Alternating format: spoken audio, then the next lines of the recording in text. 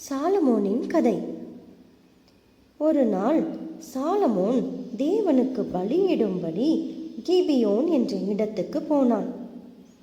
அது பெரிய மேடையாயிருந்தது. அந்த பலிபீடத்தின் மேல் சாலமோன் 1000 சர்வாங்க தகன பலிகளை செலுத்தினான்.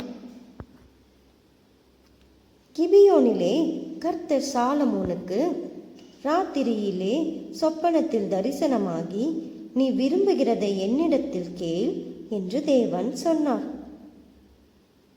அதற்கு சாலமோன், என் தகப்பனாகிய தாவீது என்னும் உமது அடியான் உம்மை பற்றி உண்மையும் நீதியும் மன நேர்மையுமாய் உமக்கு முன்பாக நடந்தபடியே தேவரீர் அவருக்கு பெரிய கிருபை தந்தீர். அந்த கிருபையை அவருக்கு காத்து இந்நாளில் இருக்கிறபடி அவருடைய சிங்காசனத்துக்கு வீற்றிருக்கிறதற்கு ஒரு குமாரனையும் தந்தீர். இப்போதும் என் தேவனாகிய கர்த்தாவே, தேவரீர் உமது அடியேனை நினைந்தருளி என்னை ராஜாவாக்கினீர்.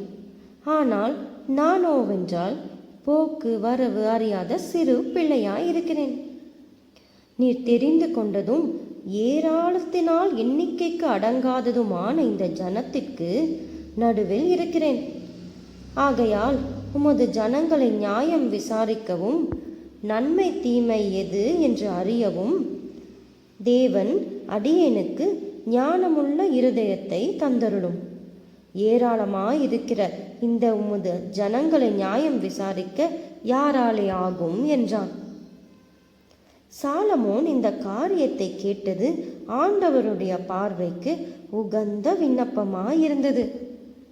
ஆகையினால் தேவன் அவனை நோக்கி, நீ உனக்கு நீடித்த நாட்களை கேளாமலும் ஐஸ்வர்யத்தை கேளாமலும் உன் சத்துருக்களின் பிராணனை கேளாமலும் நீ இந்த காரியத்தையே கேட்டு நியாயம் விசாரிக்கிறதற்கு ஏற்ற ஞானத்தை நான் உனக்கு கொடுப்பேன் என்று சொன்னார்.